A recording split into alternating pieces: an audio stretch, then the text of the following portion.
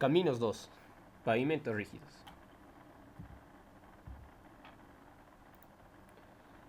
Construcción de pavimentos rígidos y adoquines. En el presente exposición vamos a tener como contenido la construcción de un pavimento rígido, operaciones previas a la colocación del concreto, elaboración y transporte del concreto, construcción del pavimento, operaciones adicionales, control del terminado, construcción del pavimento de adoquines. Construcción de un pavimento rígido.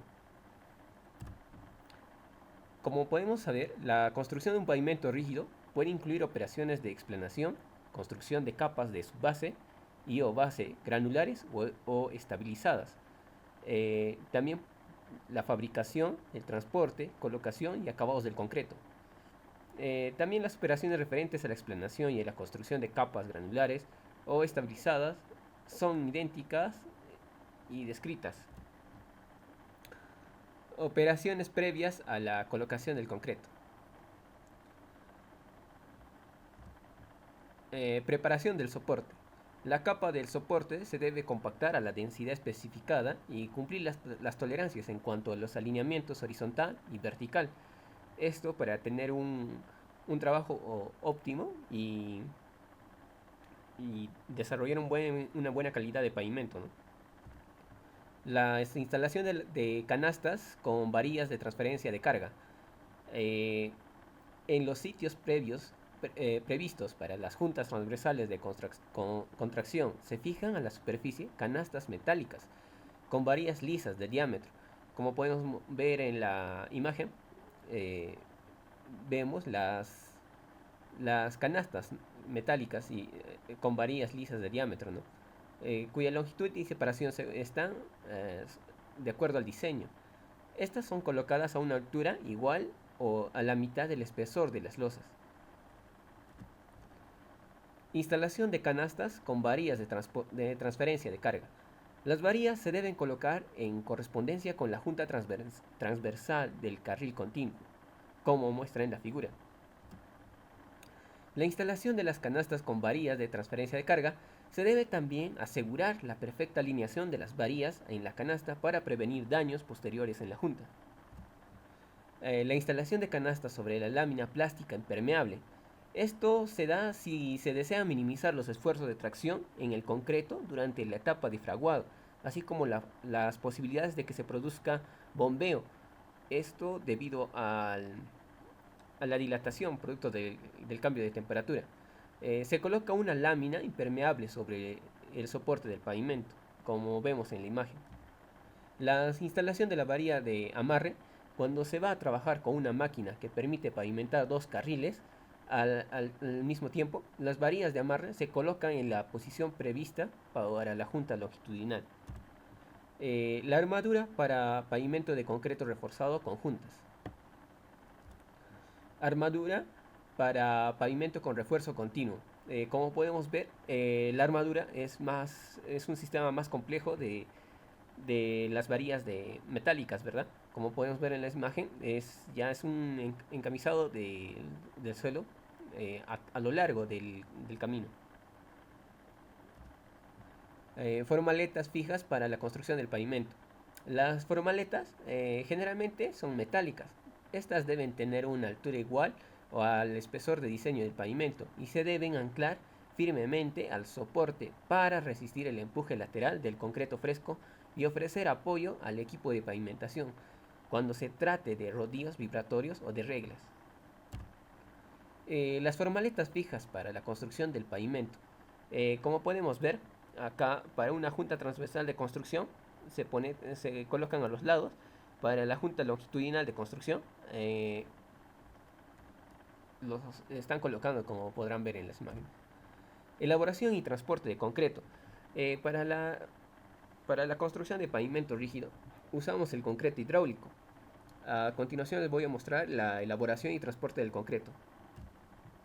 La elaboración de la mezcla de concreto. Como ya sabemos, el concreto es una mezcla compuesta por el cemento, agua, arena y grava. La elaboración de la mezcla del concreto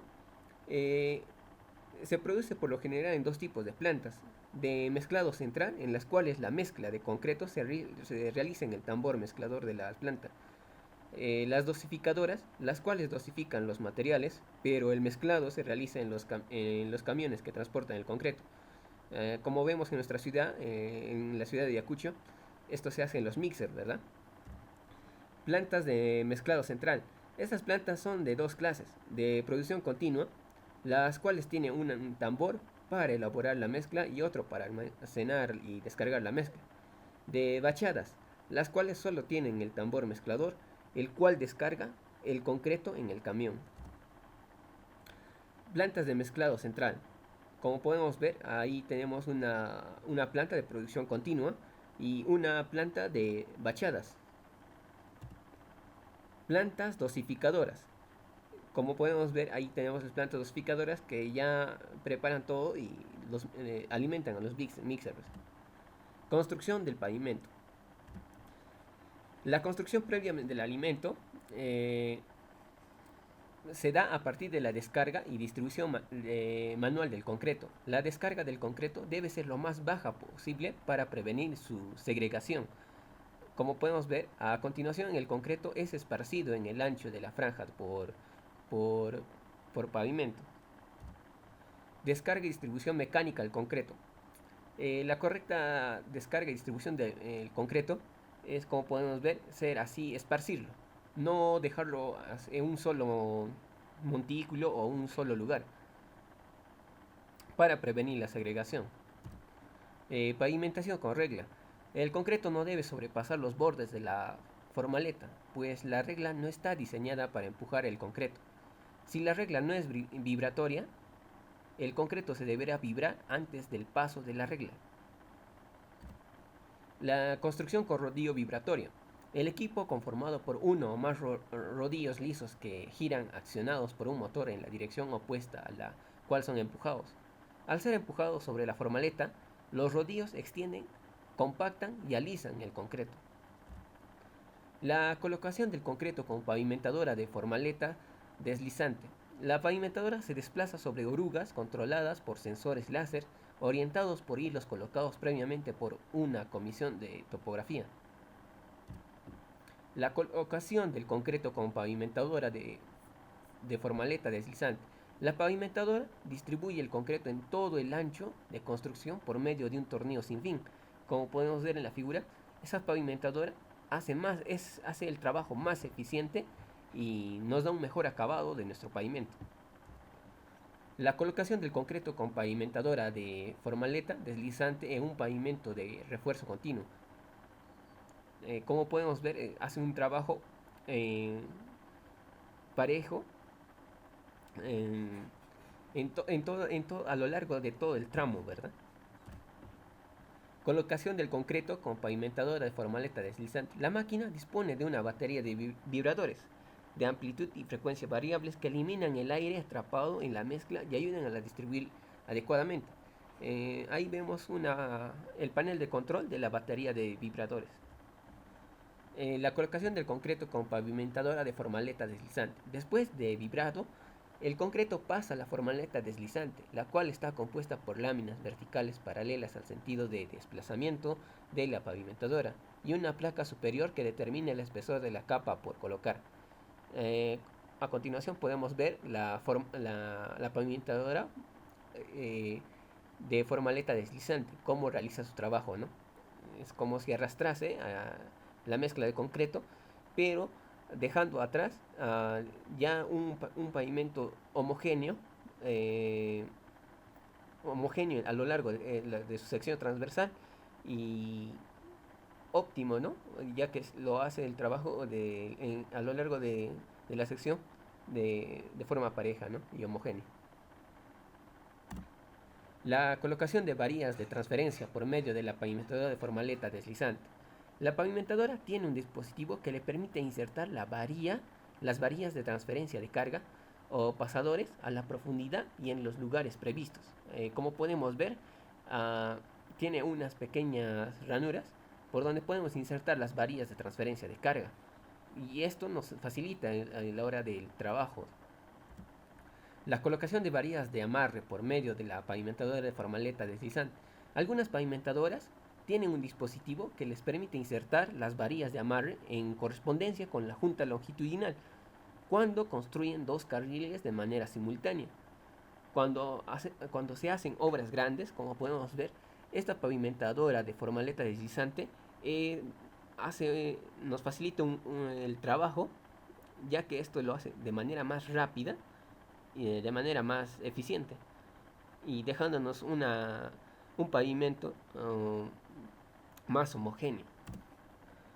El vibrado, una vez ya construido nuestro pavimento, una vez vaciado, se viene el siguiente proceso, que es el vibrado y la nivelación. Una vez extendido el concreto e insertadas las varillas, una llana flotadora sella los poros y restablece la textura de la superficie del pavimento. Microtexturizado longitudinal. Tras la pavimentadora se arrastra una tela de yute húmeda que crea un microtexturizado longitudinal en la superficie para evitar el deslizamiento de los vehículos cuando el pavimento se encuentre húmedo. El terminado superficial. Empleando una llana manual pesada, se eliminan las imperfecciones que aún pueda presentar la superficie.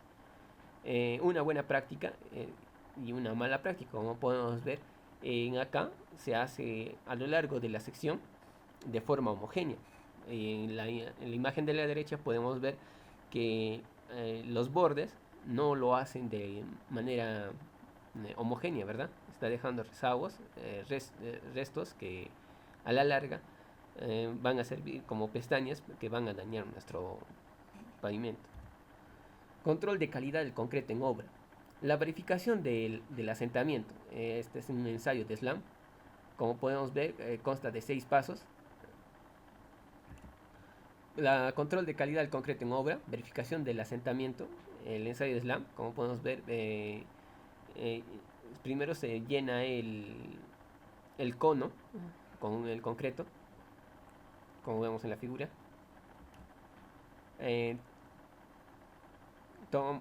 Control de calidad del concreto en obra. Tomamos unas muestras para verificar la resistencia a la flexión. Acá tenemos que tomar una pequeña muestra de una pequeña viga de nuestro pavimento. El control de calidad del concreto en obra. Toma de muestra para verificar la resistencia a la compresión. Este es lo más usual, lo vemos en todo tipo de obra, en obras de edificación también. Nuestros testigos, cuya base es de 15 por 30 de altura, centímetros, ¿no? Tres testigos por cada tres muestras, ¿no?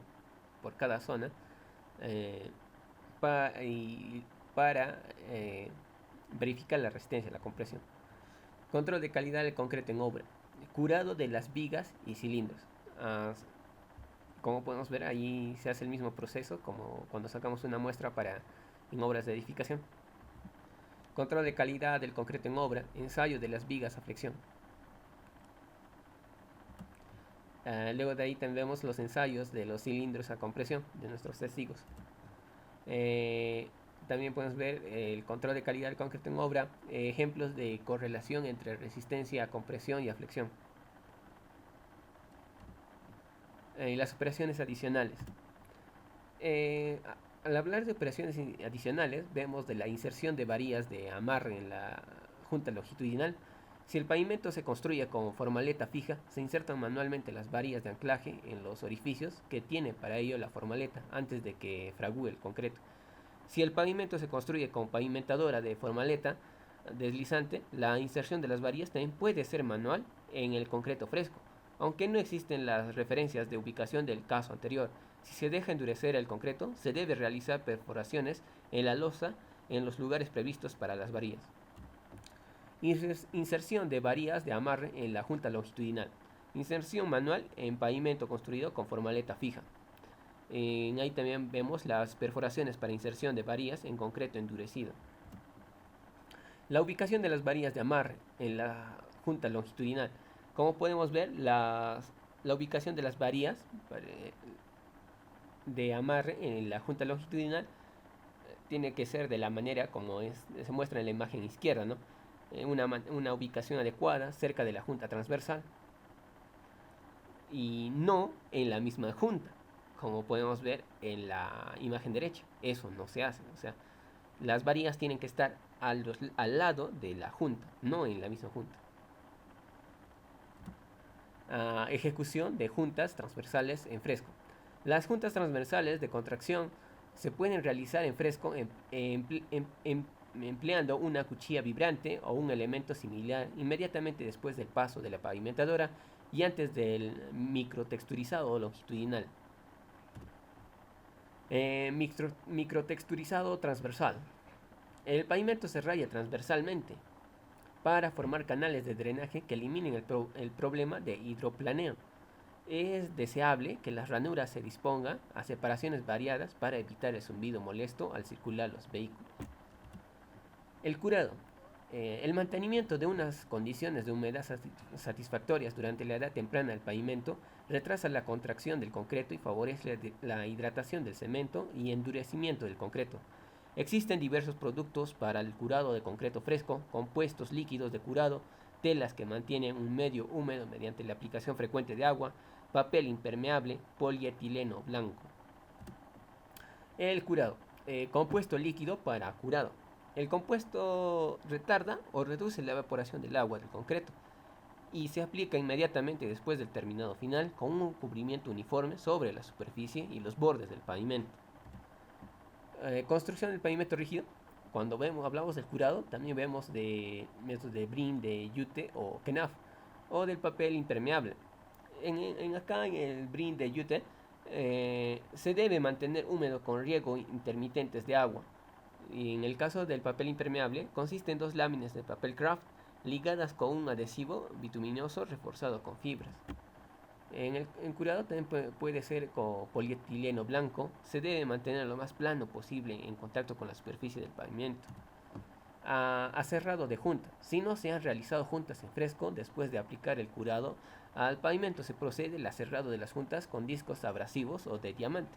Esta operación tiene por finalidad dividir el pavimento en tramos adecuados para evitar los agrietamientos por cambios térmicos. Estas juntas de dilatación se debe siempre de tener para prevenir las fisuras, ¿no? Debido al cambio de temperatura y más en nuestra ciudad Ayacucho, que las temperaturas varían radicalmente entre el mediodía y la noche, ¿no? Luego, el momento para cerrar debe ser tal que no genere descascaramientos en la junta por debilidad del concreto, ni genere fisuras por tiempos tardíos. Aserrado de juntas. Como podemos ver según la gráfica, tenemos una gráfica de resistencia del concreto versus el tiempo. Y ahí podemos ubicar el tiempo, el intervalo de aserrado. Al inicio es demasiado temprano porque se produce descascaramiento.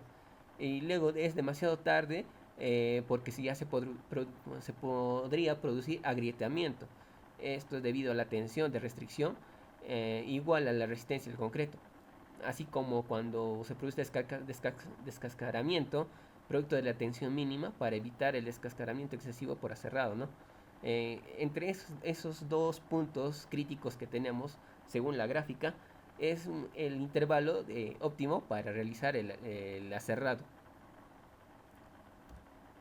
El aserrado de juntas. Cuando la junta se va a sellar con un producto líquido, el proceso de aserrado comprende dos incisiones. La primera, más profunda, genera una debilidad que produce el agrietamiento controlado de la losa con coincidencia con la junta. La segunda, menos profunda y más ancha, crea la caja para alojar el material sellante que se colocará con posterioridad y se debe realizar unas 72 horas después del vaciado del concreto. Como podemos ver en la figura, el primer corte se da y luego el segundo corte, ¿no? El aserrado de juntas. Cuando la junta se va a sellar con un sellador preformado, se hace una sola incisión hasta la profundidad recomendada por el fabricante del producto. La limpieza de la junta. La aplicación de agua a presión y luego de aire a presión elimina los residuos que hayan quedado durante el aserrado y el polvo que pueda impedir la adhesión del sello a las paredes de la junta. El sello de juntas con productos líquidos en caliente o en frío. Se recomienda sellar las juntas transversales después de 7 días de aserradas. También conviene esperar 28 días hasta que el concreto haya alcanzado más del 50% de contracción inicial por fraguado. También el material de sellado deberá quedar unos 6 milímetros por debajo de la superficie del pavimento para asegurar su adherencia al concreto e impedir que sea despegado por el tránsito.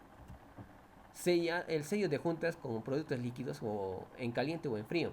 Se inserta en la junta un cordón de respaldo de espuma y luego se aplica el sellante en frío o en caliente. Inserción del cordón. Sello de juntas con productos líquidos en caliente o en frío. Aplicación de sellantes en frío. Tendremos la silicona, ¿no?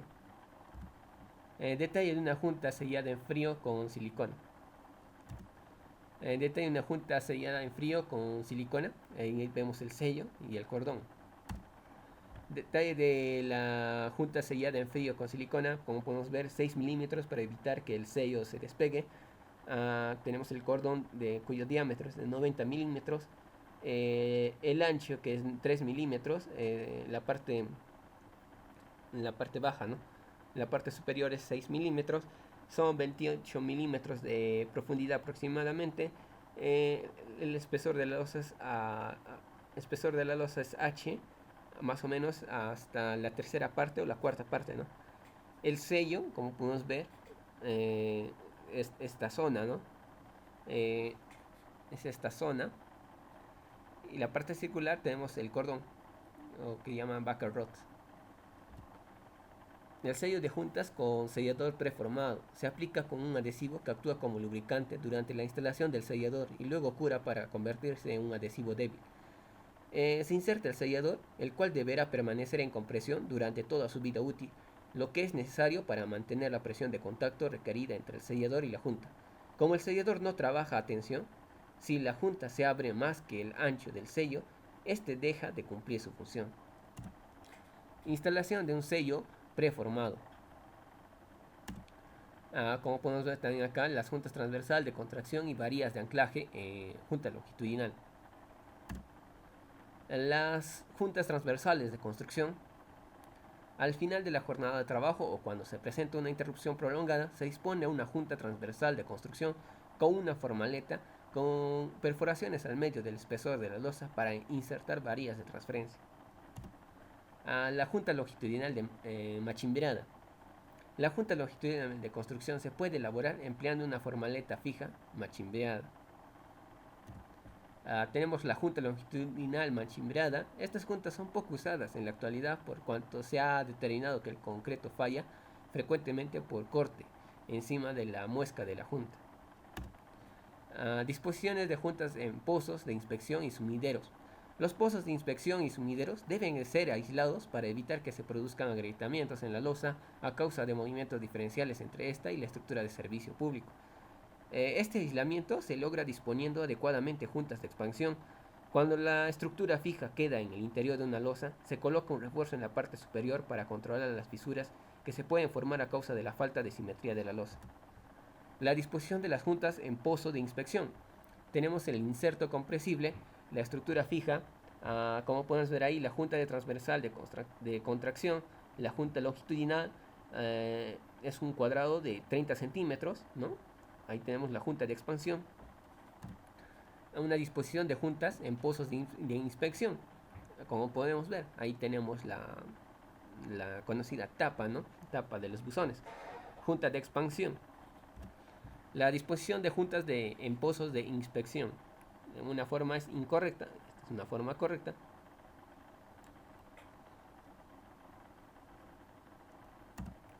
Disposición de juntas en pozos de inspección. Como podemos ver, así es una manera más correcta.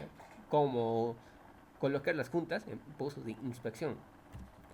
Disposición de juntas en sumideros. En el caso de sumideros, tenemos una junta de expansión, una junta transversal de contracción, como muestra en la figura, ¿no? Un refuerzo de losas con estructuras fijas en su interior.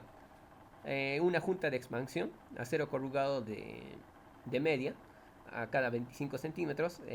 Luego tenemos acero corrugado de media también a 25 centímetros. Acero también de 3/4. Refuerzo de losas con estructuras fijas en su interior. Pavimento rígido en periodo de curado. Como podemos ver, tenemos que cuidar a nuestro pavimento. Una vez ya vaciado y pasado el tiempo, tenemos que hacer el proceso de curado para mantener su humedad constantemente. Definición del instante de apertura al tránsito. El instante oportuno de apertura del pavimento al tránsito depende de la ganancia de resistencia con la edad. Se supone que muestras de un concreto determinado alcanzan iguales resistencias y presentan iguales valores de maduración, producto temperatura por tiempo, ¿no? Si se dispone de la curva de maduración del concreto en el laboratorio, es posible establecer el instante en el cual la mezcla alcanza una determinada resistencia en obra, empleando un medidor de maduración. Definiciones del instante de apertura del tránsito. Como primer paso, se debe desarrollar una curva de maduración para la mezcla de concreto. Tenemos 3 muestras, lo sometemos a ensayos de compresión, nos da una resistencia. El paso 2 es la medida de la maduración en el pavimento. Se mide la maduración con un medidor, lo cual determina la resistencia en la curva de maduración, ¿no? Definición del instante de apertura al tránsito. Tenemos la medida de la maduración según la ASTM C1074. La apertura prematura al tránsito puede producir fallos, en nuestro pavimento, ¿no? Alineamiento de las varillas de transferencia de carga. El adecuado centrado de las varillas de transferencia de carga bajo la junta transversal es importante para lograr su buen funcionamiento. Un alineamiento incorrecto afecta la transferencia de carga y puede dar lugar a la generación de agrietamientos y descascaramientos en vecindades de la junta. Tipos de desalineamientos de las varillas y transferencias. Tipos de desalineamientos de las varillas de transferencia de carga. Como podemos ver, ahí tenemos la junta en planta, el desplazamiento horizontal que se da. Luego hay un desplazamiento longitudinal entre la junta y la planta. Y también hay un desplazamiento de oblicuidad horizontal entre la junta y la planta. En el caso de elevación también tenemos eso, la junta, y un desplazamiento vertical. También tenemos una inclinación vertical que se da. Los efectos del desalineamiento de las varillas sobre el comportamiento del pavimento. Tipos de desalineamiento. Cuando se da un desplazamiento horizontal, no produce descascaramiento, no produce agrietamiento, pero sí transferencia de carga. Cuando tenemos un desplazamiento longitudinal, esta no produce descascaramiento, tampoco produce agrietamiento, pero sí transferencia de carga. Los desplazamientos verticales sí producen descascaramiento, no producen agrietamiento, pero sí producen transferencia de carga.